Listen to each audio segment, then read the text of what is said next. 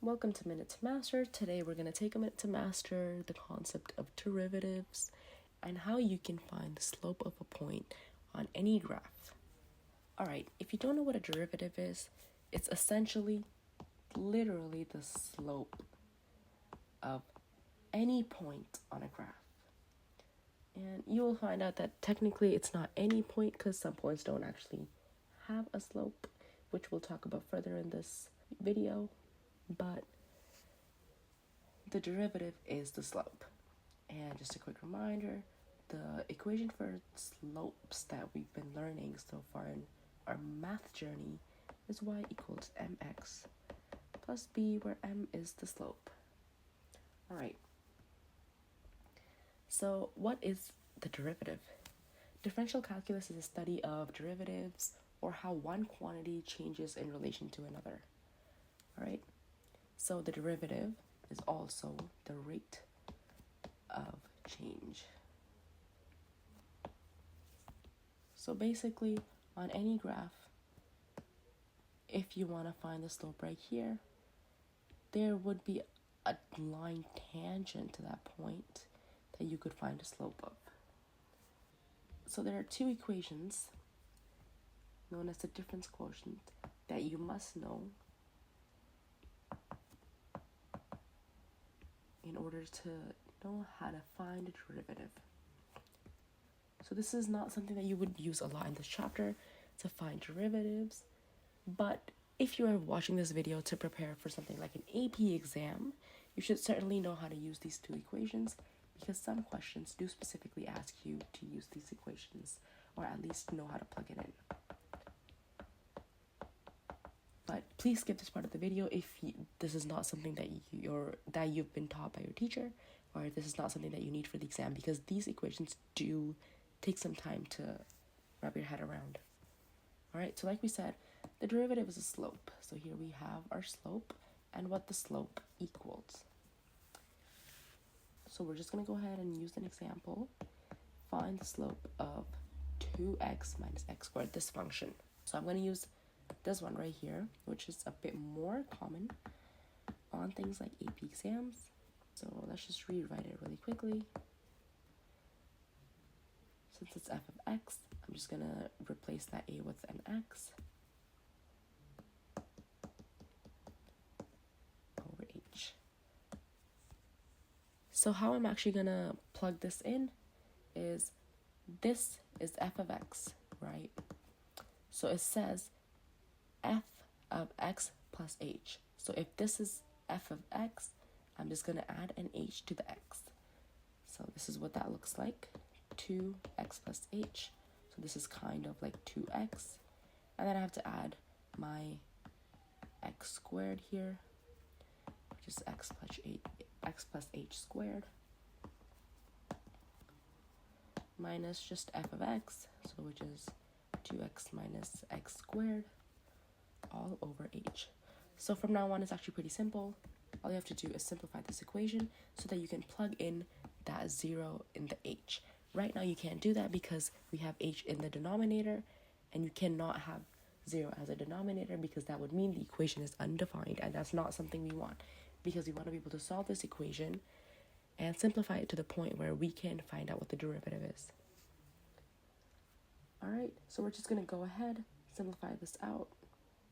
We would get 2x plus 2h minus x squared plus 2xh plus h squared minus 2x minus x squared. Sorry, I forgot to include that right here. Over h. Let's keep going because we have to, basically the point is to get this h out, and we cannot take the h out yet. So let's keep simplifying until we can. Simplify this further, try to remove those brackets. Minus 2xh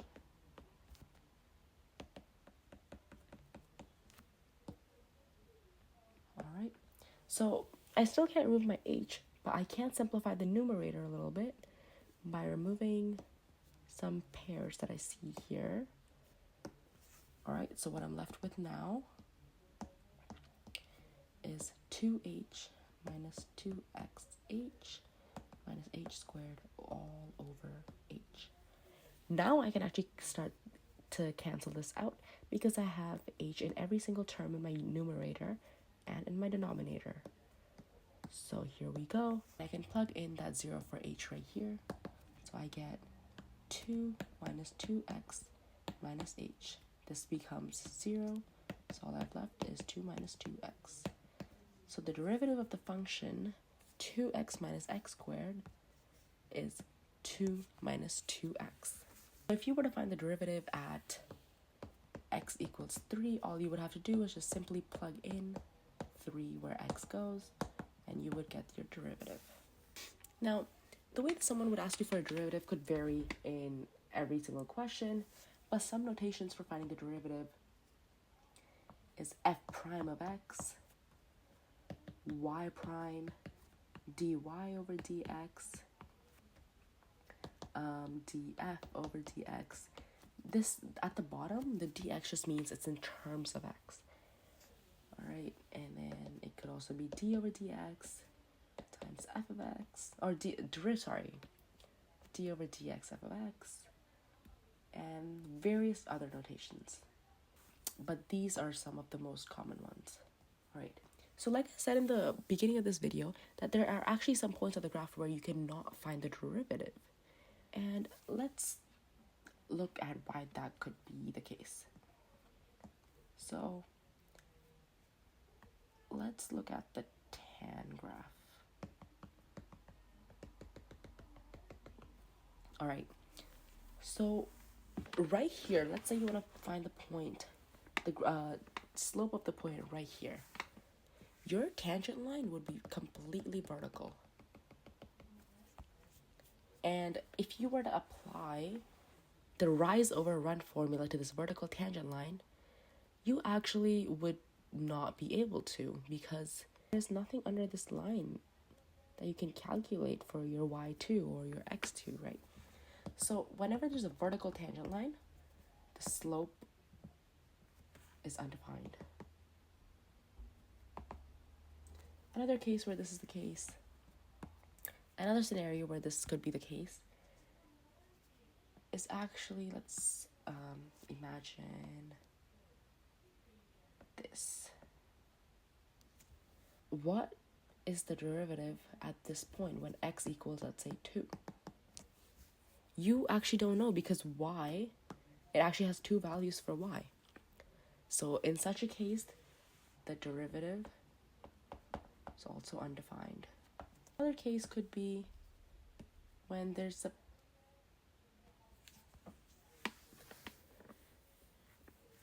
a sharp point on a graph, like right here, right? If you were to find the slope at this point, you would not be able to. Slope is undefined. Again, like, because here, your tangent line could be like this, it could be like this, it could be like this, it could be anything. You don't know how to angle that tangent line. However, if it was right here, you would know to have your tangent line right over here, right? If your point was right here, your tangent line would just go here. But yeah, at such peaks in a graph, you cannot actually find the derivative. Now, let's go back to this example. This graph is actually not continuous at x equals 2. This is a good time to point out that continuity does not imply differentiability, but differentiability does imply continuity. Meaning that if a graph is continuous over an interval like this graph is continuous, but it's not differentiable on that interval, because like we said, at a peak point you cannot actually find the curve. However, if a graph is differentiable, meaning that all the points check out and you can actually find the derivative, that does mean that the graph is continuous. Like we saw here, at this graph, you couldn't find the derivative. So again, continuity does not mean that it's differentiable, but differentiable does mean that the graph is continuous. All right, so this is very important. Now we're going to go ahead and quickly learn a few rules on how to find the derivative, and these rules will actually set you for success, because most of the times you will actually not use the difference quotient equations to find the derivative. You will actually use the rules that I'm about to tell you guys. So no matter what test, what exam, what quiz you're studying for, you have to know these rules, because you cannot find the derivative of any function, equation, anything without knowing these rules.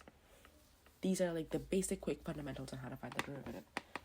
So the first one we're quickly going to delve into is the derivative of constant functions. So to find the derivative of a constant function, it's actually very easy.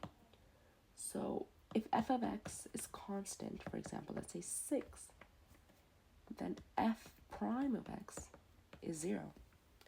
Simple as that. The derivative of a single point, the derivative of a constant is just 0. Simple enough. Let's move on to the next one.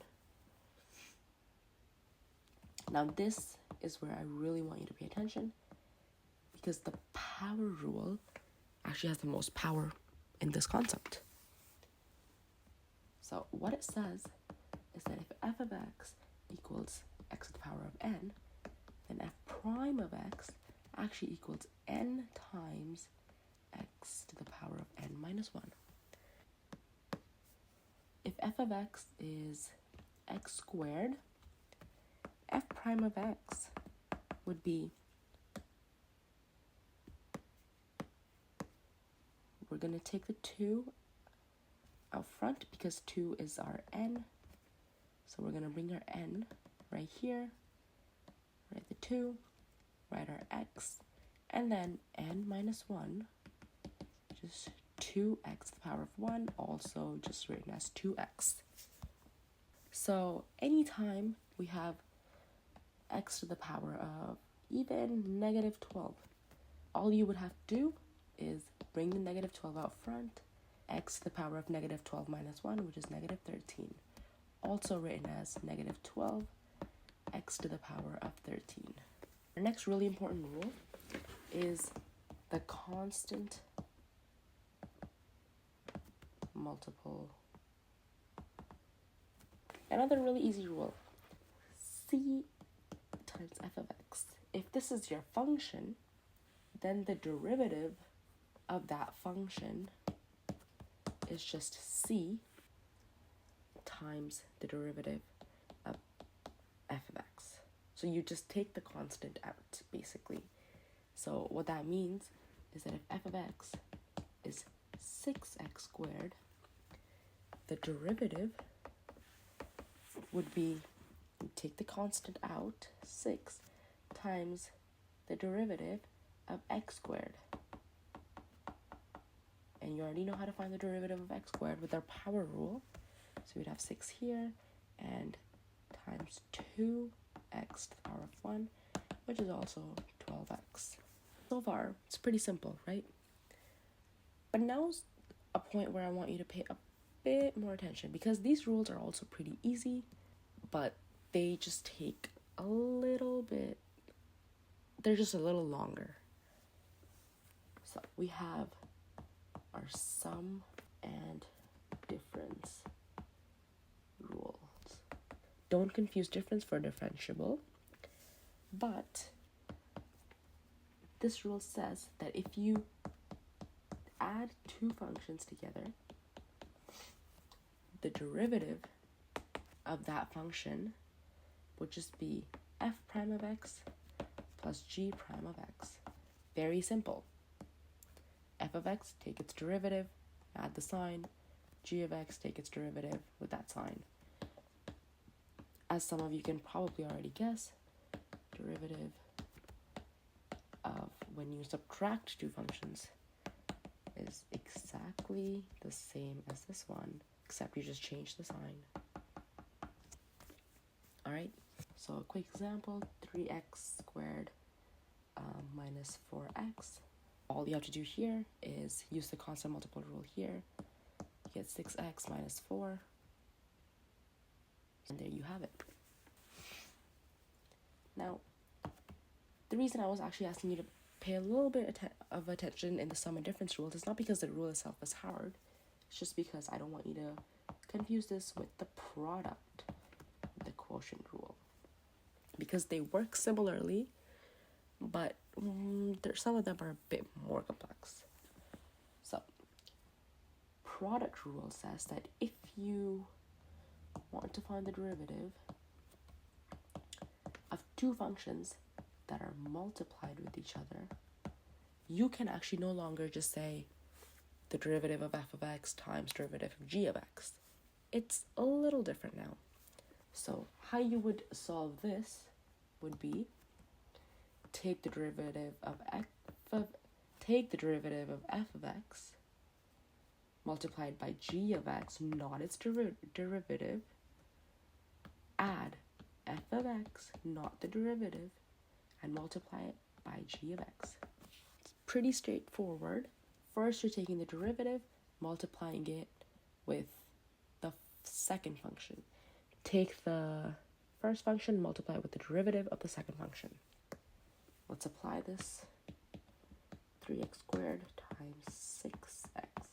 So I would take the derivative of f of x, g of x. So I would take the derivative of f of x, which would be 6 of x times g of x plus f of x, g prime of x. So what I have here is 12x squared plus 18x squared. So this actually works out for us because you can just add 12 and 18, you get 30x squared. Now the next one is the quotient rule. Now before I tell you about the quotient rule, I just want to quickly remind you that actually it does not matter here which one is f of x or g of x. Because with addition, it doesn't matter which number you put in the front or in the back. But quotient rule actually deals with subtraction, so you have to be a little bit more careful here. So here, if we have f of x over g of x, you're trying to find the derivative of that. So what you do here is you take the derivative of f of x, multiply it with the denominator. Looks a lot like our product rule, but now you subtract it with your numerator. Take the derivative of your denominator and divide it all by g squared. Sorry, g squared. All right, so let's quickly apply this as well. See, this one you have to be careful that your numerator is f of x and your denominator is g of x. Because subtraction does usually act very specifically because you have to make sure the right number is in the front or at the back. So let's do 3x squared over x and the derivative of this. What you would have to do is take the derivative of f of x, which is 6x times g of x minus f of x times the derivative of g of x, which is just 1 over g squared. All right, so on top you get 6x squared minus 3x squared over x squared. So the x squared actually very beautifully cancel out. So all you have left is 6 minus 3, which is 3. That worked out pretty nicely for us. All right, so keep practicing. It doesn't come easily. Make sure you memorize all the rules and use them properly. Remember, in the quotient rule, because of the subtraction, you have to remember to use the top of the fraction, which is the numerator, as f of x, bottom as g of x. In product rule, it doesn't really matter because you're just adding, so you can use any as f of x or g of x. And again, just revisit the power rule, because that will serve as the basis of most of the derivatives that you will find in this chapter. Alright, in my next video for derivatives, I will discuss the derivatives of trig functions and how to apply the chain rule, which is another big fundamental rule of calculus. And that rule works better with trig functions. And if that's something you're looking to learn, please go on to my next video. That's all for learning the basics of derivatives. Thanks for spending a minute to master derivatives.